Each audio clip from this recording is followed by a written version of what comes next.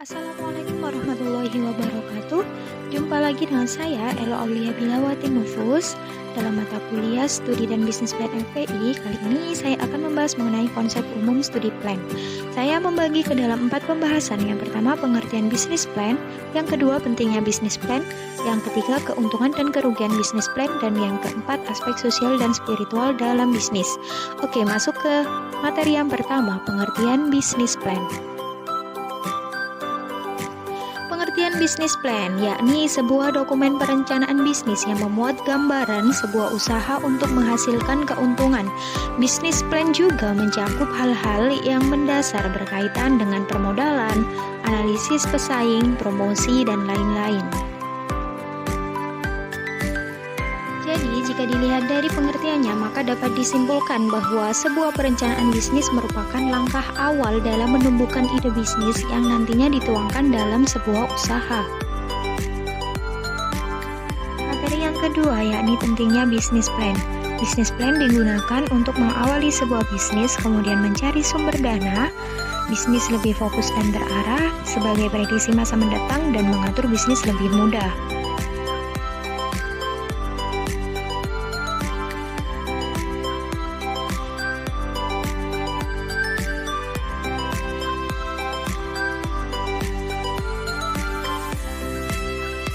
Masuk pada pembahasan yang ketiga yakni keuntungan dan kerugian bisnis plan.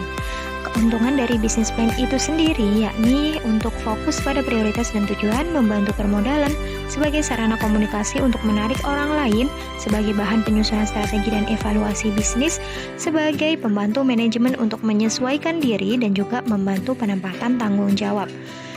Kemudian mengenai kerugian dari bisnis plan, jadi beberapa unsur perencanaan itu sulit dilakukan. Yang kedua, lebih cenderung mengarah pada kekakuan. Dan yang ketiga, perencanaan memakan waktu, pikiran, dan uang. Pembahasan yang keempat yakni aspek sosial dan spiritual dalam bisnis. Kali ini saya akan menjelaskan mengenai dampak positif dari aspek sosial bisnis itu sendiri. Yang pertama, meningkatkan ekonomi rumah tangga dan pemerintah. Yang kedua, membuka kesempatan kerja bagi masyarakat. Yang ketiga, tersedianya sarana dan prasarana. Yang keempat, tersedia ragam produk dan jasa.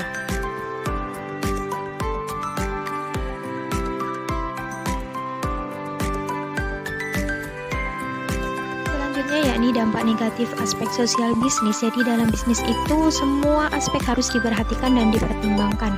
Berikut dampak negatif dari aspek sosial. Yang pertama, perubahan budaya, kemudian perubahan demografi, dan perubahan kesehatan masyarakat. Selanjutnya mengenai aspek spiritual dalam bisnis. Yang pertama, meningkatkan produktivitas kerja, terbangunnya suasana kerja yang harmonis, meningkatkan citra perusahaan, dan perusahaan tumbuh secara berkesinambungan.